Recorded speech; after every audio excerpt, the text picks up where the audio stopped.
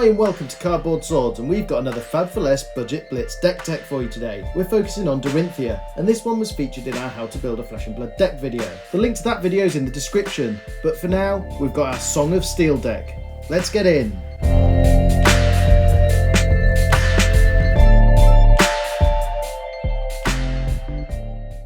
Dorinthea was one of the first heroes in the game, way back at Welcome to Wraith. She was one of the more powerful heroes of that early metagame, and she can still prove to be a tricky hero to play into.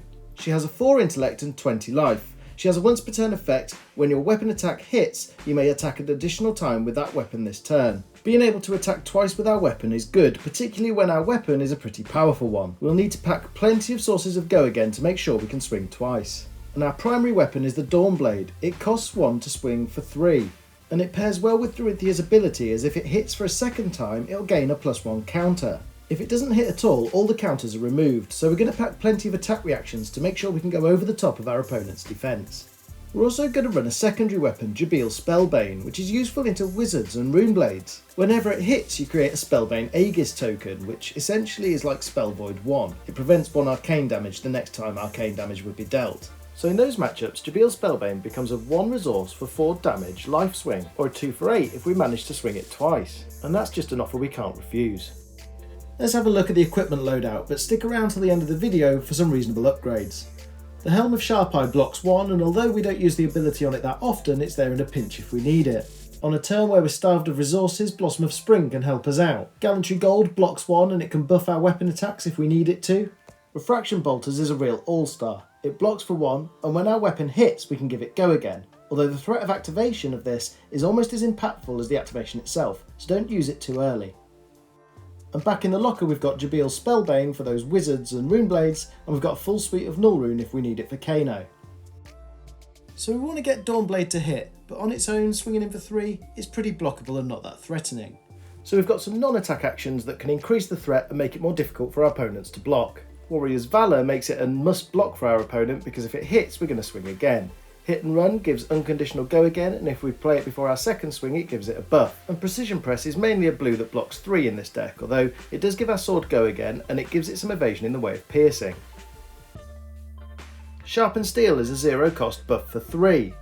Outland Skirmish is a 0 cost buff for 3 that's strictly better than Sharpened Steel. And Ironsong Determination gives our weapon +1 and dominate till the end of turn, meaning that we can really try and push damage on that turn, swing a couple of times, make sure we get hits and try and get a counter on the Dawnblade.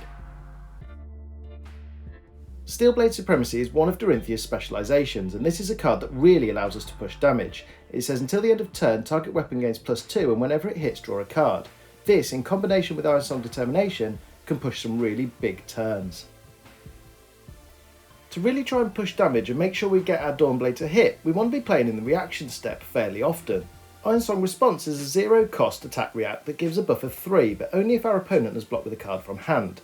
But this combos really well with another card, which we'll mention in a minute. Out for Blood costs 1 but gives a buff of 3 or 4 if they've defended with a card from hand and they trigger the reprise. And Puncture costs 1 to buff by 3, but it also has Piercing 1, which can be actually quite useful. Singing Steelblade is another Dorinthea specialisation. This one gives a buff of 1 in the reaction step, but the reprise trigger is really useful. It allows us to go and fetch a reaction card and play it on the chain link. This means we can go and fetch our Ironsong Response and play it there and then. Or we could go and get a reaction that gives us go again. Reactions that give go again, you say? Run Through's one of those, costs 1 and gives our next weapon attack +2. And Glint the Quicksilver is a really good card to go and fetch with Singing Steelblade, giving our attack go again and drawing a card. Although Dorinthea can largely be played as a tempo-based aggressive deck, we do have some good defensive tools. Most of our equipment has good blocking capabilities, and most of our cards block for 3. And we're also packing a couple of copies of Sink Below that blocks for 4 as a defense reaction and also helps filter our hand to find the cards we need to fuel our bigger turns. Steelblade Shunt is a defense reaction that does a lot of work. It's blue, so you're going to pitch it in that early game for the resources. If the game goes long, when you withdraw this, you could be threatening lethal on your opponent's turn, which is very difficult for our opponent to deal with. It's an alternate win con that can really help finish games. Speaking of finishing games, we've also got some strategies that really help us get over the line against some resilient opponents. Overpower is an attack reaction that's really good to pitch early. When it comes back in the late game and our opponents are defending for their lives, they're going to trigger the reprise, which gives it a big buff and helps us get over the line.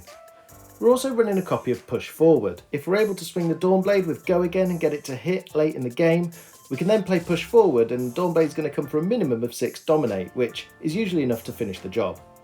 We're also running a copy of Rout, which has finished more games than I've finished hot dinners. It gives our weapon +3 and you can bounce one of the opponent's defending cards back to hand. It's very difficult for our opponent to play around and pretty much always spells curtains for the game. Looking at the deck stats, we're running 12 blue pitch cards, which, if you watch the How to Build a Flesh and Blood deck video, the reasons for that are in there. We've got 17 sources of Go Again helping us to go wider with our Dawnblade, and 15 attack reactions to keep our opponents guessing. Let's see if we were able to bring in this full list for under our £20 budget. Using the Card Market shopping wizard, the total cost of every card in the list was €19.65.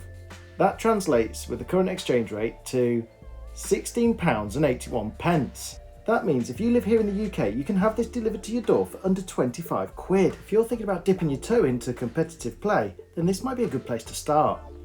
And with the money you saved, you might want to look at 1 or 2 reasonable upgrades. The first of which is a Courage of Bladehold, which blocks for 2 and you can destroy it to make your sword attacks cost 1 less resource for the turn. The cheapest playable version is available at around £8, as long as you don't mind having it not in English.